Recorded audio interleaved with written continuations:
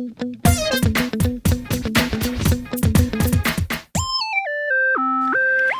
everyone, this is Architect Podcast. Welcome you on board. For now, I'm taking you guys to anywhere I fly. For this episode, I'm taking you out to Muscat, Oman. This is the episode I've been waiting for because it's the most adventurous trip ever, and this is the longest layover flight that I have ever had. Plus, I'm so lucky that I have two good friends from the same training batch going with me. So, if you are ready right now for this episode, I think all the bag that you have right now, no need to be stored under the seat in front of you or in the overhead compartment. You just have to keep your bag tight, hold your backpack on because you might need all those things for this adventure. So, are you ready? Let's fly to Muscat with Architect Podcast. Well, for the flight from Bangkok to Muscat, we have to bound to Karachi first in Pakistan. We stop over there around 2 hours and then we bound for Muscat.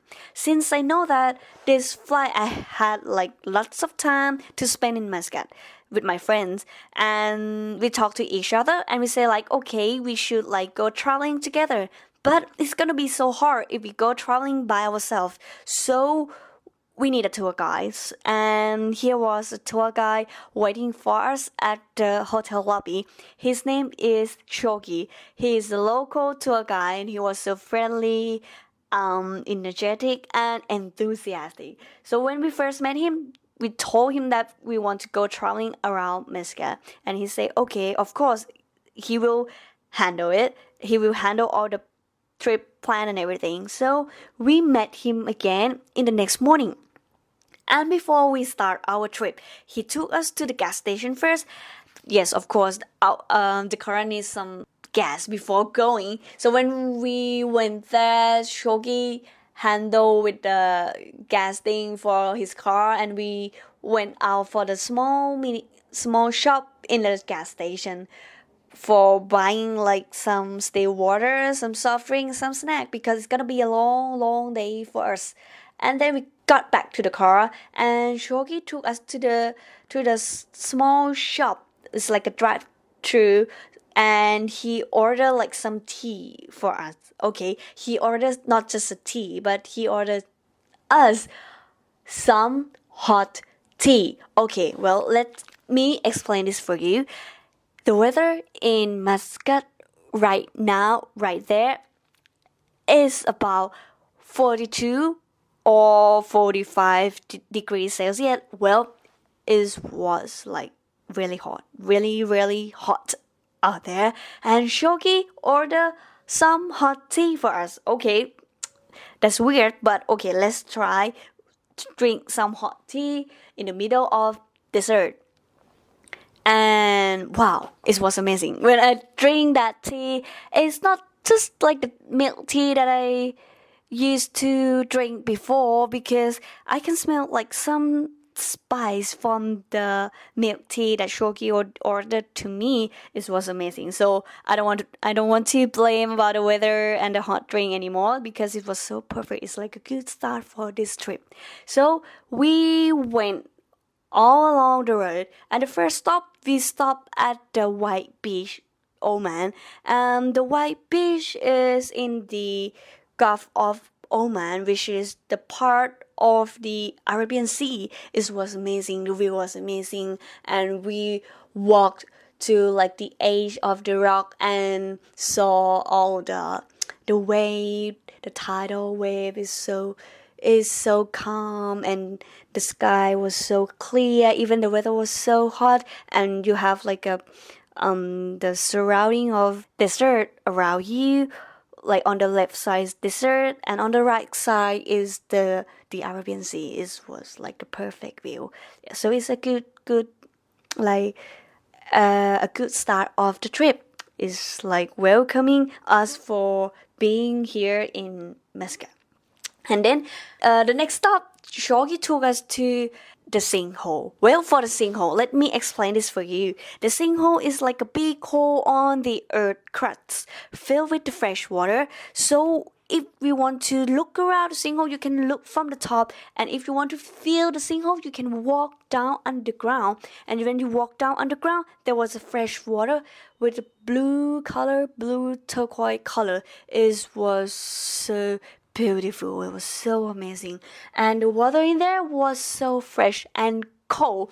It's like cool us down from the hot water and everything. And Shogi told us like, okay, let's swim. Let's swim from this side to another side. And we just follow him. So we follow him until we touched another side of the water.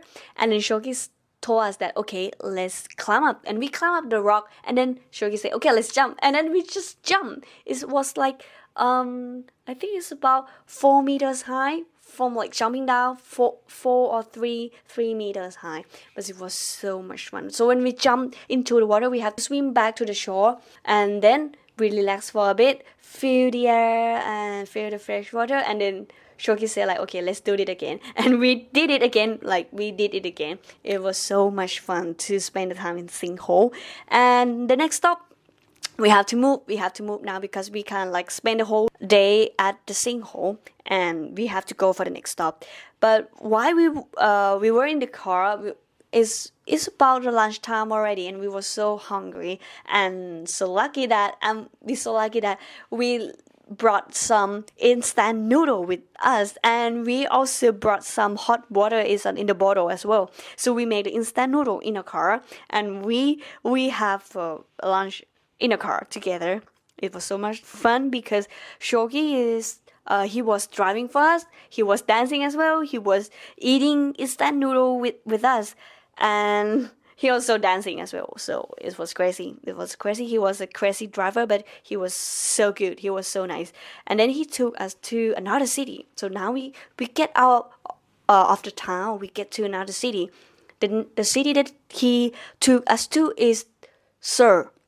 So he took us to the viewpoint of the Seoul. So when we walk, we have to walk up the hill to see all to get to the viewpoint and see all the view. So when we get at the top of the viewpoint, it was just wow. I was just wow because I can see all the surrounding the geography of Oman, and I can see that there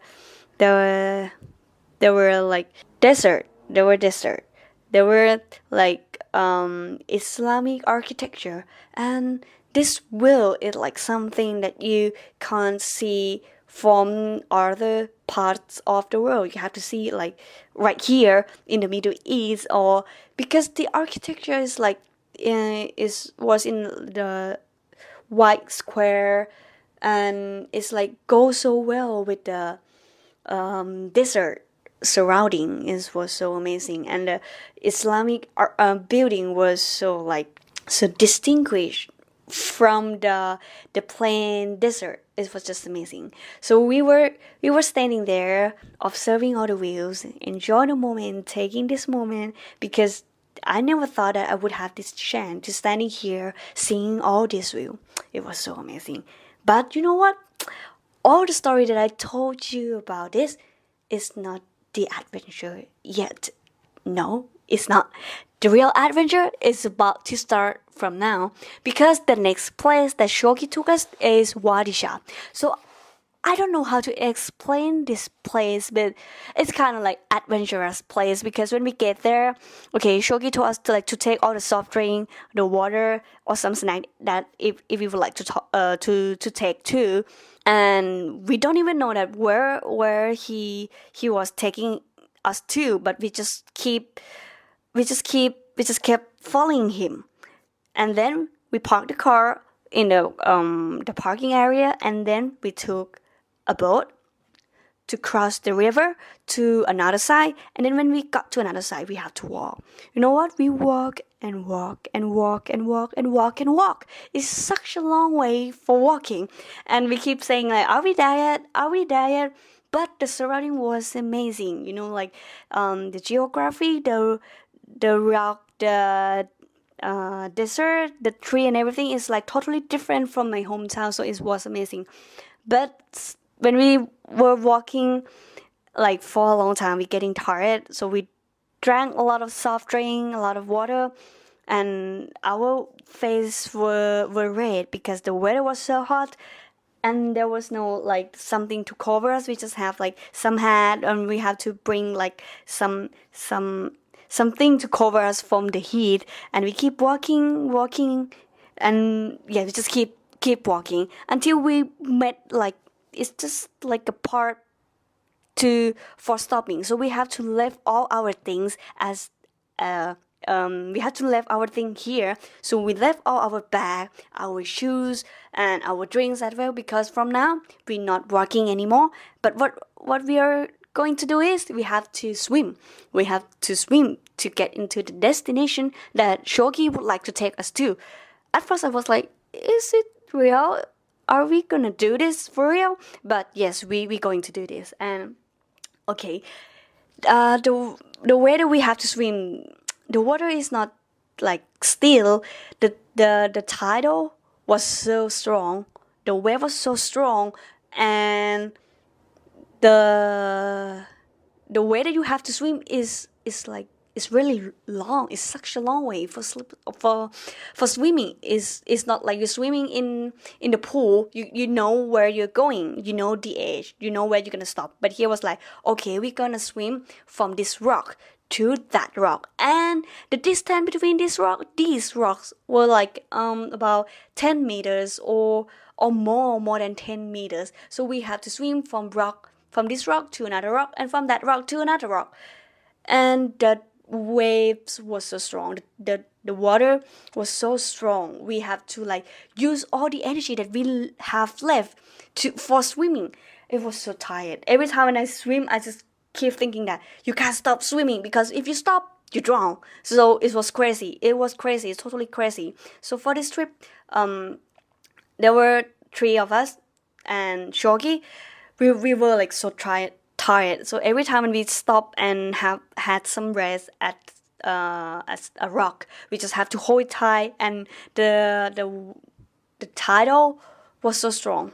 The tidal wave was so strong. We just have to hold the rock tight, keep looking to each other's face. We look so tired, but we just keep swimming. And then we finally, and oh no, not finally yet, because when we swim, we met another way that we have to like walk as well. And the way that we have to walk, we walk with the bare feet, and the underground is not like a soft soil that you can walk like smoothly, but here is like the tiny rock that can like tickling your feet, under your feet, and it was so hurt. And I feel like, okay, next time I came here, or if there's any like next time that I can be here again, I'm not gonna come here with my bare feet. It was so hurt. And then we have to swim again. And then finally we were like we were in front of the cave, like some kind of cave, and Shogi told us that okay, we have to swim through this cave. Okay, so we took our breath and swim, and we took all the energy that we have left right then, swim as fast as possible. And I just couldn't stop swimming. Like I say, if I stop swimming, I drown. So I just keep swimming. So I swim through the cave, and then there was a moment that I have to hold my breath because the water was so high. It's like nearly touched the ceiling of the cave, but it's not touched the cave. It quite dangerous for me, but it was adventurous as well. But it's like something more dangerous. But finally, at the end, we finally get into the center, into the cave, into the destination that Shoki wanted to take us to. It was wow. It was like not everyone can be there. It's the place that is like a cave that filled with all the rock that you can climb up to, and there's some like local people like swim from a long way to here as well, and they just climb up to the rock and jump into the water. They just enjoy the moment of swimming around there. But for us, 3 of us, we were so tired, and Shoki asked that, oh, would you like to climb up and jump down again? we three were like, no, we just need some rest. We just need to like sit back, relax a bit. So we found some perfect rock, which is a perfect place for three of us, and we were sitting there and talking together, and we just let Shogi going, climbing up the rock and jumping down into the water by himself, and we just enjoy watching him and enjoy watching other. In this cave, we can see like there's a lot of foreigner, and there's a lot of local people, and we are one of the foreigners as well. So while we were waiting for Shogi, this is a chance that we have a chance to talk together, because for being a cabin crew, all the crew we have a different background. I study interior architectures. One of my friends study accounting, and one of my friends study science. So we have like different story to share. We have different opinion to share, and we took this time to talk a bit. But most of the thing that we talk about is, okay, we're still alive. We're still alive. We did it. We made it, and this is the trip that we are. I think I'm the one who not gonna forget about it. It's like lots of moments to remember. And then when we have enough rest, Shogi is ready to go, and we were ready to go. Okay, we have to do exactly the same from the way in, from the way where we came from. We have to do exactly the same for going out, and we did the same. And finally, when we get back to our car, the first thing is, okay, we have to dry ourselves. We got into the car, and I just have a long deep sleep on the back seat. And when I woke up, Troy took us to another place, and it was night time already. And he stopped the car. We went out, and we see Muscat at the night time. It was so amazing. It was so cool. It's like a scene that no place like this. You have to be here. You have to be here in Muscat. You have to be here in Oman to see something like this. Every city, every place have their own identity, and here is something that you can only see in Oman. So this is, like I say, is the most adventurous trip that I have ever had. And yeah, from this trip, from this flight, the two good friends from the same training batch that I told you, you might define friend and colleague like different meaning, different definitions. But for me, they were both colleague and friend. Not only just friend, but a good friend as well. And this is the adventure that we had together, and I will never forget about it.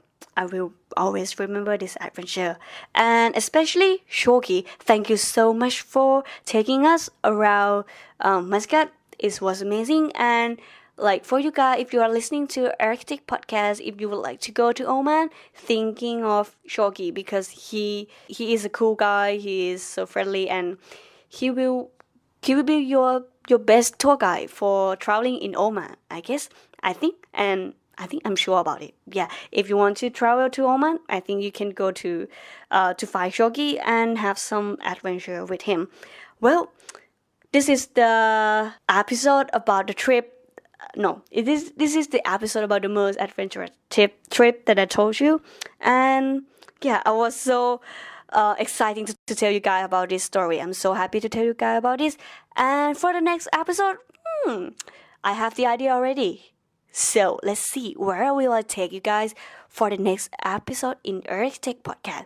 Well, so thank you so much for listening this episode. Thank you so much for listening. Thank you so much, and goodbye.